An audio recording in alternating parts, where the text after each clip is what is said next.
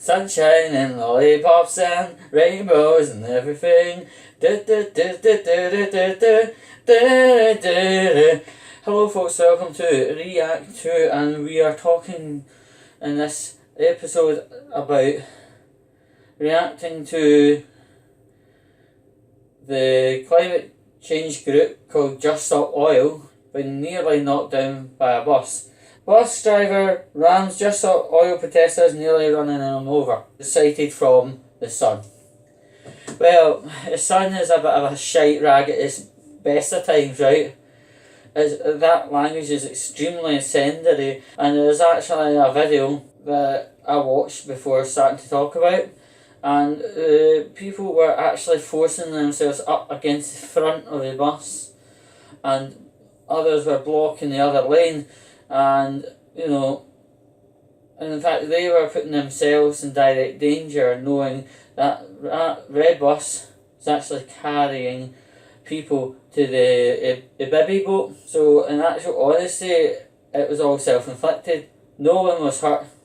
Right, I say, they just got a wee fucking done a bit of a fright. That is all that happened. But as you know, the climate group, Just Stop Oil, are a bunch of spoiled little brats, middle class brats, trying to enforce the unfeasible onto the masses. And the way they protest and all that stuff is completely fucking wrong. Gluing themselves to sides of trains, gluing themselves to benches, gluing themselves to parts of the motorway, screaming at people filling up their car innocently in petrol stations. This is not the way about it. This is exactly the wrongest fucking way possible. Now, everyone knows I like Transformers and buses, apparently.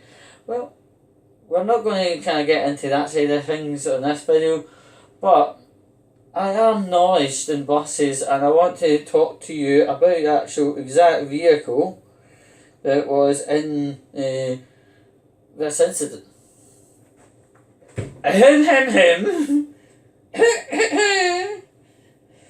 It's a Plaxton Elite, and it's equipped with an engine known as a Volvo BAR.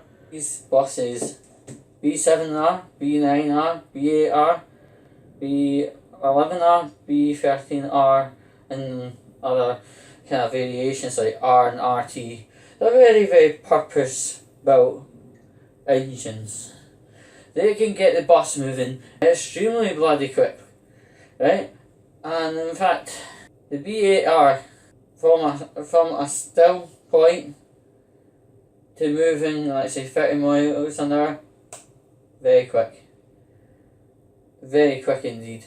So if these people are wanting to play dink donk with our life through trying to stand up to a BAR, they themselves are absolutely brainless twats. Oh, what's that I hear?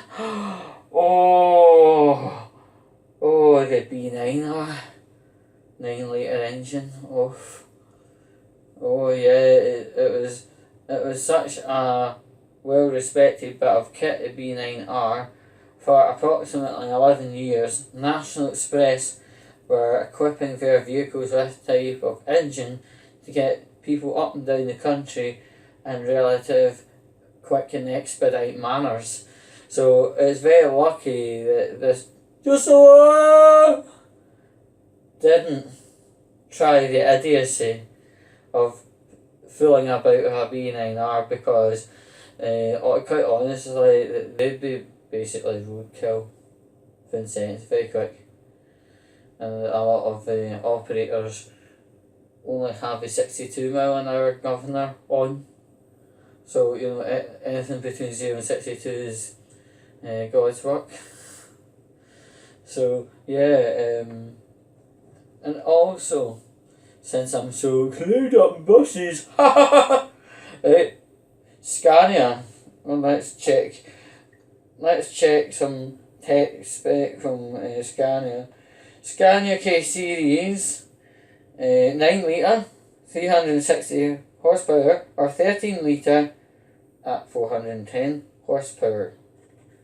Scania have been well related to National Express and other operators such as like Shearings and fucking Megabus. Oh gosh, that's a horrible one.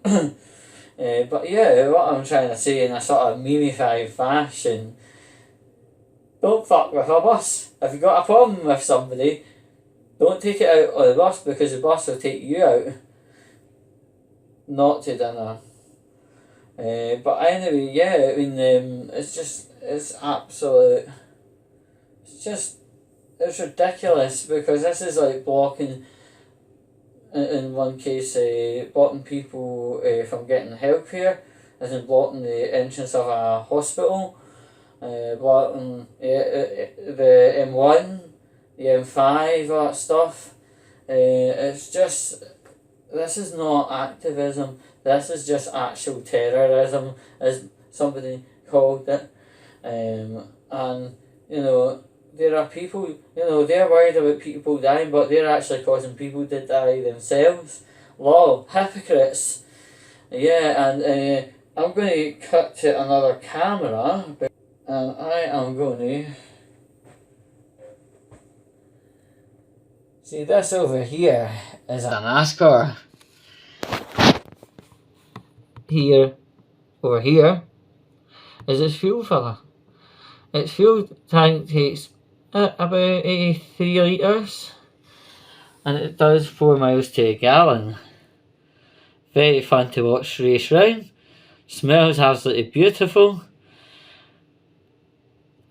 Absolutely 10 out of 10. Right. Okay. So, what the fuck? Right. Anyway.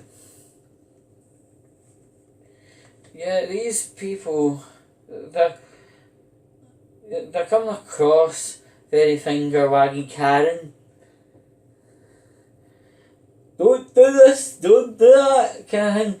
And it's grating on my tits, and I've not even interacted with Just Stop Oil, thankfully. I would say, you know, the Karen is draining. They're not winning us over for a cause. They're committing crimes left, right, centre. And you know what? The motorway and any other motorway in Scotland actually is a hell of a lot more cleaner than what it was maybe 30 years ago or 20 years ago. We've came a fair distance with regard to cleaning up our carbon score or cleaning up our act. I know there's still a lot more to go, but the way these absolute bastards are going is actually the wrongest way possible. It's just, it's petrifying, really, you know, because like I'm going into town and I'm sitting there like back in my thought. Sorry, folks. I'm going into town on the bus and I'm wondering, is the motorway going to be fucking closed off because he's in my band pots? And then when I get into town, I'm sitting there thinking, oh, are these people going to be blocking the entry to a shop that I need to get into? Or are they going to block maybe into Central, whatever, who knows? It's real stomach churning thoughts you have to think through. Is it even worth going into town? Is it better just going on it like for what's it called, Amazon or something like that? That's the thoughts I think. I mean, Just Stop Oil have got a sort of good idea, but the way they enforce it is absolutely fucking disgusting, and it's not going to be bringing about any form of benefit anytime soon. It's just an absolute joke, to be fair.